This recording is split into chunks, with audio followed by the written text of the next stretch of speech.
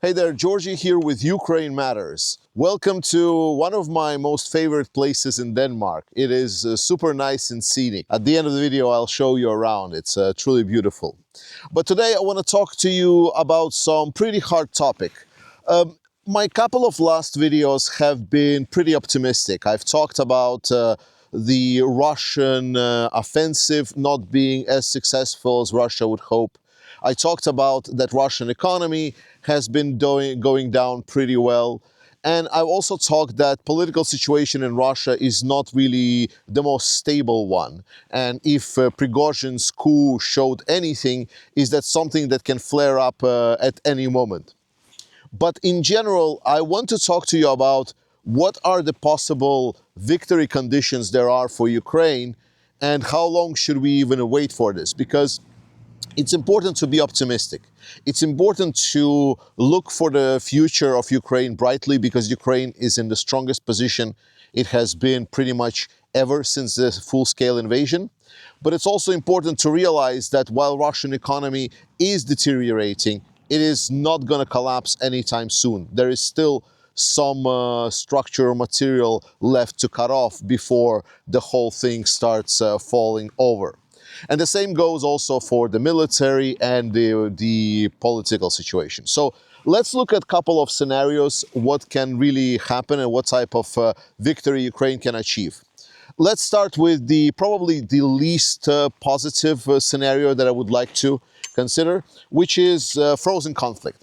One of the ways that Ukraine can achieve this is basically if someone like Trump gets in Ukraine's way, and then this whole war is just going to simmer down and maybe something like Minsk agreements will be signed. And here, while this scenario is possible, in my perception, it's one of the least likely scenarios. Because we talked already extensively about the efforts that the US is doing to get Russia buttered up and give everything that Russia wants. It's not really something that Ukraine wants to accept. And generally speaking, there is no consensus for this scenario whatsoever in Ukraine. So frozen conflict scenario and accepting Minsk agreements, there's just not enough there on the ground that would accept this scenario. And there is no real leverage on Ukraine to accept it. The only way how I see this is possible is if suddenly, and I mean suddenly, like by the end of 2026, there is just complete lack of funds from Europe. For example, the 90 billion loan just gets cancelled, it never makes it to Ukraine, and suddenly there is like some kind of collapse of major pro-Ukrainian governments in Europe, and then Europe just abandons Ukraine. Then there is just not enough support for Ukraine to go on. Even if Ukraine would start accepting it, there is no telling that Putin will accept it because he is kind of into this war long term. He's going all in. So first scenario, but one of the least likely ones. Second type of victory that Ukraine can achieve is military victory. And here, once again, we are getting into a very difficult conversation because I don't really think that military victory is that much likely, at least within the some kind of a close time frame, let's say 2-3 years. As a military victory, I obviously underscored that Ukraine just suddenly gets enough power to completely crush Russians and get them out of Ukraine. And there will be a moment at which Russia will not be able to really attack Ukraine, but Ukraine will start slowly regaining some of the territory from Russia. But that is the key word here, like slowly regaining territory. Thinking that at some point the Russian military were just going to get crushed, I don't think this is realistic. In the same way, thinking that, for example, at some point Russian soldiers will just run out and that Ukraine will just find open areas on the front line that are unmanned by Russians. I don't feel the technology is there. I don't feel that Ukraine really has the opportunity to do so. I'm not saying that this is impossible, but it would require some kind of a major breakthrough, technological most likely, what Ukraine is betting on, that they would just find something that completely sabotages everything that Russia right now has on the front line to just crush Russia and push them of the Ukrainian borders. Going up in our rating of likelihood is political or diplomatic victory for Ukraine. Still unlikely, but not impossible. This is the type of victory where Russia basically loses its allies. This is a victory not over Russia, but over the countries that support Russia. This could be most likely, and probably the key player in all of this is China.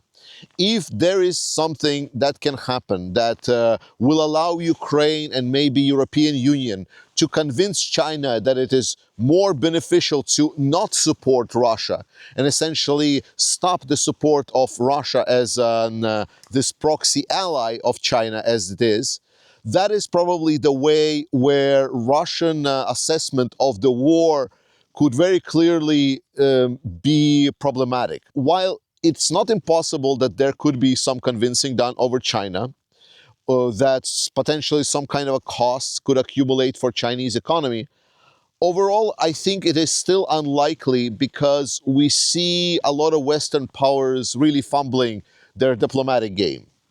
European Union really cannot put together their common foreign policy position. We have a lot of internal bickering.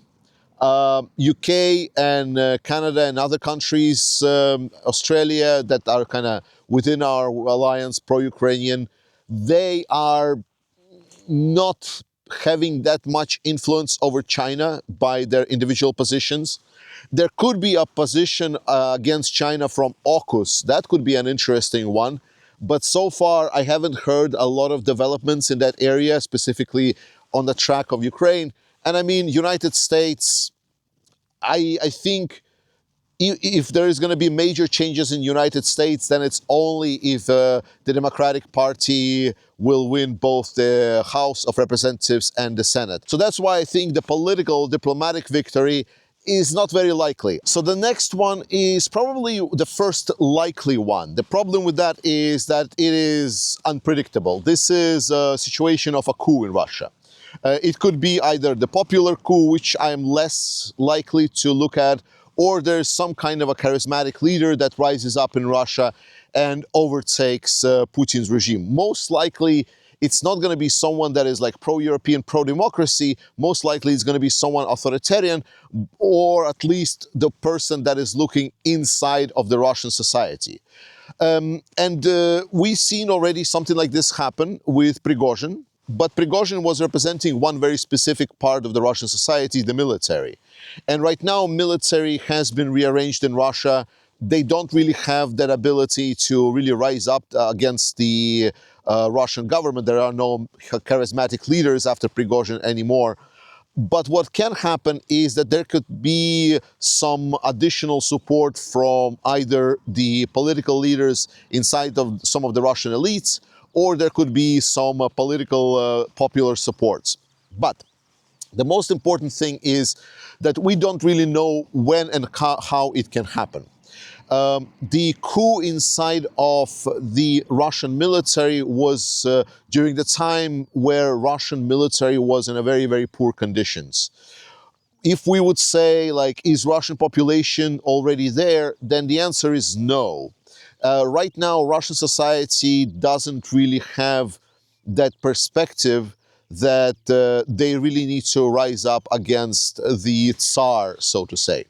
If you would read through some of the Russian Telegram channels to kind of, measure the temperature of the room, then at this point, they are already realizing that the war that Putin started is not really benefiting the Russians. They are slowly already drifting towards ending the war. Like, if you look at some of the numbers of what people are telling, they're stating that 3/4 of the Russian society, they want to see this war end. Nuance being that 2/3 of all those people that want the war to end want this war to end with Russia keeping everything that they got, and Ukraine sort of semi-capitulating before Russia, stating that yes, Putin won and so on. So Russian society is slowly moving towards that realization. The pain is accumulating. We see the Putin's approval numbers are falling. We see that there is a lot of critique even from the sources that were generally very loyal to Russia. Not anymore. Right now, there is already here and there you can start hearing opposition voices stating some things that a couple of years ago would not be completely unthinkable. With that said, however, we are most surely not there yet where there is this sentiment that something needs to change right now. And in my gauging, I would say that Russian society needs at least 2 years of hardcore marinating in the conditions where Ukrainians would essentially destroy any kind of prospect for Russian well-being. Our next scenario is the first actually likely one, which is the economic collapse of the Russian state. In this scenario, Russian economy just goes completely under and unsustainably it collapses under its own weight. This has been a very likely scenario since the beginning of this year and Ukraine really intensifying their campaign.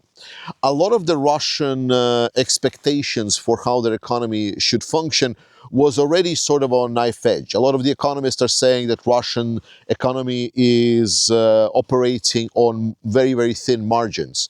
And while there is right now a little bit of a sort of a stabilization of inflation, this is all built on a lot of the expectations that over time Russia is able to balance out their economy. With Ukraine striking Russian economy introduces a whole new big disbalancing factor that was not present in the Russian economy. The problem here is what can cause this? Most likely scenario that we're seeing happening right now is that there is a pressure on the Russian central bank to lower the interest rate to stimulate Russian economy to grow once again, because right now they are in recession and it is very, very problematic. There is right now a beneficial factor that doesn't put this scenario at the first place, which is the high oil prices, because while Ukraine is striking a lot of the Russian oil refineries, it is not striking everything, and Russia is still getting a lot of the profits for their economy, at least on paper, so to say. But the overall momentum of the Russian economy is very much problematic. It is downward sloping. And a lot of people are telling that it all is hanging on basically the competence of the Russian central bank. With this deteriorating economy that Russia is having, with Ukraine introducing a massive economic shock, we now might see some kind of a momentum happening that will bring Russian economy to a crisis-like state where the priorities of the whole state will be how do we survive the economic shock. And we've seen things like this happen, and the more instability there is in society, the more opportunities for something like this to happen will start rising up. But most likely scenario, I think, is what you expected also, is that what is happening right now is going to continue into the future. This is specifically the case in my mind because this fully follows Putin's rulebook. Now, Putin is not a very good strategist. I know it's a crazy idea. Putin, all his life, has been acting on his instinct as an opportunist, specifically on waiting out and expecting those moments when it's going to be favorable for him to act. And whenever he's being challenged, always double down. Simple two rules that has been guiding the whole life of Putin. And Putin thinks that he just needs to wait up. Everything that has been happening so far has been proving him right. Right? Well, maybe not this year. This year, yeah, not really that much. Specifically, I think if we take last year, there was a lot of turmoil inside of European Union. Orban was very helpful for Putin. And then there was a change for Trump. And the fact that there was a fallout between Trump and Zelensky in the Oval Office, Putin in 2025 saw that his moment almost came true, that he just needs to wait up a little bit and then things are going to play out his way. And that's what he's expecting. In my perspective, there is no good grounds for him to expect that this is going to happen. The truth of the matter is that Ukraine is becoming more and more self-sufficient, and more importantly, it's getting a lot of political weight, and it's becoming more of a subject of the world politics, rather than just being a country that got invaded and now it's begging for mercy and asking for help. It's now a stronger position than it was before, globally speaking. So we already saw the erosion of the Russian military assets. We saw the erosion of the Russian tactics of attack. And we saw that Russian economy is not as strong. It was just operating on the war chest. Putin is not going to change his mind. He's going to continue going forward. And while it is going to weaken Russian positions, it is going to make a lot of these scenarios that we just described more likely. The truth of the matter is that Russia still has a lot of internal will, the internal will to go and to continue despite all of these moments. There is a chance for Russia to maybe feel the pain of exhaustion, to completely collapse their military, but that's not going to happen in a year or 2 years, and actually over 3 and potentially even 4 years. I don't expect that until mid-2030, Russia really gonna start reeling from all of this exhaustion warfare. And while Ukraine is intensifying warfare, there's a lot of toll on Ukraine as well. And Putin says like, well, okay, Ukraine has now received the 90 billion loan, but this is only for the next 2 years. Maybe if I can hold on for another 3-4 years, then the victory card will finally come to me. And this is his bet, and he is playing this long game. So unfortunately, as much as we want this war to end, so far everything suggests that Putin is just going to continue what is going on right now. He's going to invest in his military apparatus, and Russia will slowly, we will start seeing losing more and more and more in Ukraine, because their strength factually are just not sufficient enough to sustain this war. Ukraine is making a lot of great changes that is helping them long war. Putin doesn't have the ability to win this war if he's just going to continue on. What he's hoping for is that finally there's going to be a star that's going to fall from heaven, and he's going to be basically winning a lottery ticket. That is the person he is, and that is how he's looking at all of this. The unfortunate truth for now, this is in for a long term, and we must support Ukraine in that. So please follow the fundraiser that we're doing. This is going to be great. Ukraine, as I said, like, good news for us. As Ukraine is going to get stronger and stronger and stronger, we're going to see more and more and more Russia burning and Ukrainians delivering smaller but consistent victories all across the front line. So trust in Ukraine, support Ukrainian armed forces. I love you. Slava Ukraini, and I will see you next time. But right now, I'm going to get myself some trout.